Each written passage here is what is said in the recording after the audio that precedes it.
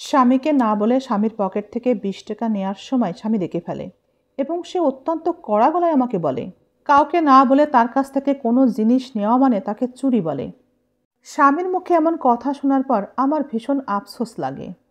দেনমোহরের টাকা দিয়ে আমি তো দেখি আমার ঘরে চোর নিয়ে এসেছি। স্বামীর মুখে এমন কথা শুনে নিস্তব্ধ হয়ে গিয়েছিলাম। স্বামী তখন বলল, এমন ফ্যালফ্যাল করে আমার দিকে তাকিয়ে কি দেখো?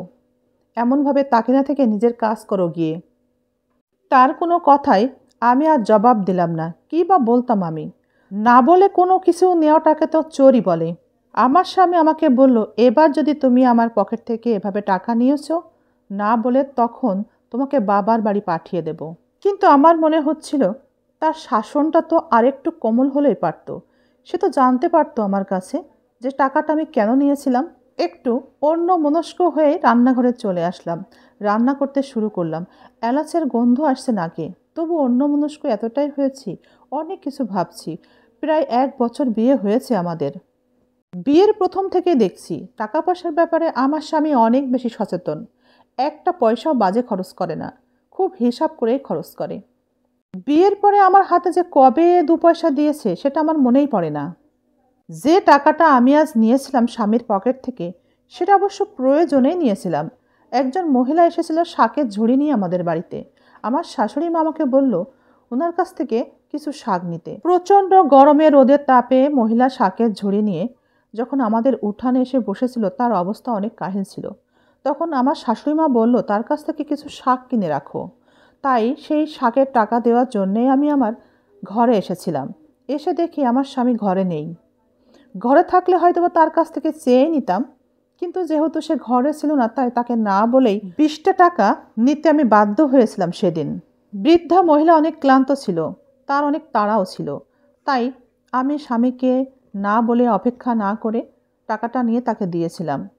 টাকাটা নেওয়ার পরে আমার অনেক শিক্ষা হয়েছিল। স্বামী কি আসলে অন্য কেউ, যে তার টাকাটা নেওয়াতে সে আমাকে এভাবে শিক্ষা দিল? আমি এতটাই শিক্ষা পেয়েছিলাম, স্বামীর টাকা কখনো স্ত্রীর টাকা হয় না। তবে স্বামী কি স্ত্রীর কাছে অন্য কেউ? রান্নাঘরের শাশুড়ি মা হঠাৎ করেই চলে এলো। শাশুড়ি মা আমার মুখের দিকে তাকালো, তখন আমার চোখ দিয়ে পানি পড়ছে। শাশুড়ি মা আমার দিকে তাকিয়ে আমার কাঁধে হাত রেখে বলল, কি বৌমা, কিছু কি হয়েছে? তখন আমি না লুকিয়ে তাকে বললাম। শাশুড়ি মা তখন বলল, এটা কোনো ব্যাপার না, তোমার শ্বশুরও এমনই ছিল। শাশুড়িরা সবসময় বুদ্ধিমতী হয়, আমার শাশুড়িও তাই ছিল। তার কাছে আমি কোনো কিছু লুকাতে পারিনি, আমি সবটাই তার কাছে শেয়ার করেছিলাম। দীর্ঘ একটা নিঃশ্বাস ফেলে আমার শাশুড়ি মা বলেছিলেন খুব নরম কণ্ঠে এবং বিষম গলায়, তোমার শ্বশুর মশাইও এমনই ছিল। ওরা মনে করে ঘরের বউয়ের হাতে টাকা দেওয়াটা উচিত নয়। বউয়ের হাতে টাকা দেওয়া মানে তাদের লাগাম ছাড়া স্বভাব হয়ে যায়। তখন আমি বললাম, আচ্ছা, এমন ধারণা কেন করে? মানুষের কি প্রয়োজন অপ্রয়োজন থাকতে পারে না? তখন শাশুড়ি মা আমাকে বলল, তুমি মন খারাপ করো না মা। তারপর শাশুড়ি মা আমাকে বলল, কিছু কথার উত্তর কাজে দিতে হয়, কথায় নয়। শাশুড়ি মার এমন কথায় আমি বললাম, এ কথার মানে বুঝলাম না মা। শাশুড়ি মা মুচকি হেসে আমার ঘর থেকে চলে গেলেন। পরদিন সকালে আমার স্বামী যখন বাহিরে চলে গেল, তখন তিনি 4টে 1000 টাকার নোট নিয়ে তিনি আমার ঘরে আসলেন। শাশুড়ি মা বলল, নিজে কিছু চেষ্টা করো, নিজের জন্য কিছু করো। কিন্তু আমি তখন শাশুড়ি মার মুখের দিকে তাকিয়ে বললাম, আপনার ছেলে তো রাজি হবে না। বিয়ের আগেই সে আমাকে বলে দিয়েছে এসব কিছু করা যাবে না। আমি আমার শাশুড়ি মাকে বললাম, অনেক ছেলেই আছে, অনেক পুরুষই আছে, মেয়েদের স্বাবলম্বী হওয়াটা পছন্দ করে না। তারা হয়তো মনে করে মেয়েরা স্বাবলম্বী হলে স্বামীকে অসম্মান করবে, স্বামীর কথাই শুনবে না। তারপর এসব বিষয়কে কেন্দ্র করে সংসারে নানাভাবে অশান্তি শুরু হবে। কিছু কিছু পুরুষ আছে তাদের স্ত্রীদেরকে কৃতদাস হিসাবেই মনে করে। শাশুড়ি মাকে বললাম, এইসব ধারণা করা কি ঠিক মা?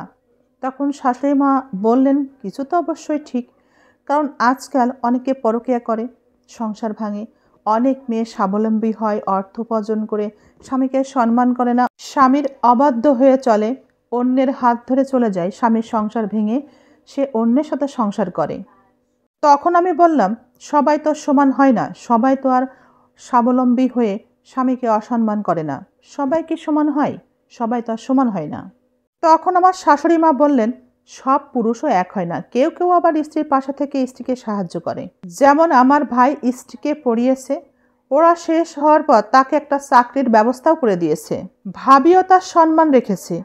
তারা একসাথেই কয়েক যুগ কাটিয়ে দিয়েছে। তখন বললাম, সবাই তো আর মামার মতো হবে না, সবাই তো আর মামির মতো হবে না। তবে শাশুড়ি মা বললেন, আমাদের ভাগ্যটা এমনই, আমরা পুরুষের উপরেই নির্ভর করে চলব। এটাই আল্লাহর হুকুম। আমরা ঘরে থাকব আর পুরুষ বাইরে যে অর্থ উপার্জন করবে। মেয়েরা ঘরে বসে কাজ করবে, পুরুষ বাহিরে কাজ করবে। এভাবেই একে অপরের পারস্পরিক সহযোগিতার মধ্য দিয়েই ভালো থাকার চেষ্টা করবে। এভাবেই দুজন দুজনের উপরে নির্ভরশীল, একে অপরের কেনা গোলাম নয়। সামান্য কারণে একে অপরকে অপদস্থ করবে, অকারণে সামান্য বিষয় নিয়ে কথা শোনাবে। তখন শাশুড়ি মায়ের কথা শোনার পর আমি বললাম, তাহলে আমাকে কি করতে হবে এখন? তিনি বললেন, তুমি ঘরে বসেই কিছু করার চেষ্টা করো এবং সেখান থেকে কিছু অর্থ উপার্জন করার চেষ্টা করো। হাঁস মুরগি পালো, এভাবে কিছু করার চেষ্টা করো, হাতের কাজ করো। তুমি যতটুকু লেখাপড়া করেছো ততটুকুই কাজে লাগাতে পারো। একথা বলে শাশুড়ি মা তার নিজের ঘরে চলে গেলেন। চোখের পানি মুছতে মুছতে টাকাগুলো নিলাম, হাতে নিলাম। তারপর চিন্তা করলাম, বাবা মা তো খুব বেশি লেখাপড়া শেখাতে পারেনি। এসএসসি পাশ করার পরেই আমার বিয়ে দিয়ে দেয়। তারপরে আর লেখাপড়াটা করা হয়নি। গ্রামের মানুষের মন মানসিকতার পরিবর্তন কতটুকু হয়েছে তা জানি না, তবে জীবনযাত্রা যে কোনো পরিবর্তন হয়নি তা ভালোভাবেই বুঝতে পারি। মন মানসিকতা কিচ্ছু বদলায়নি। যখন রাতে খাবারের সময় স্বামীকে বললাম, তখন স্বামী একটা কথাতেই না বলে দিল। এ নিয়ে সারা রাত আমাদের মধ্যে অনেক কথা কাটাকাটিও হয়। শেষ পর্যন্ত সে আমার গায়েও হাত তোলে। একটা মেয়ের জীবন কি এখানেই সীমাবদ্ধ? স্বামীর অনুমতি ছাড়া সে আসলে কোনো কিছুই করতে পারবে না। এই গল্পটি সংগৃহীত একটি গল্প। গল্পটি কেমন লাগলো অবশ্যই জানাবেন। তবে এই গল্পের উপরে আমার নিজস্ব বক্তব্য থাকবে পরবর্তী কোনো ভিডিওতে। সেই ভিডিও দেখার অপেক্ষায় থাকবেন আশা করি। স্বামীর পকেট থেকে টাকা নেওয়া যায় কিনা, নিলে কিভাবে নেওয়া উচিত, কিভাবে একটা মেয়ে স্বাবলম্বী হবে, স্বামীর কাছ থেকে কিভাবে সাহায্য সহযোগিতা আদায় করে নেবে, সে বিষয় নিয়ে আলোচনা করার চেষ্টা করব পরবর্তী কোনো ভিডিওতে।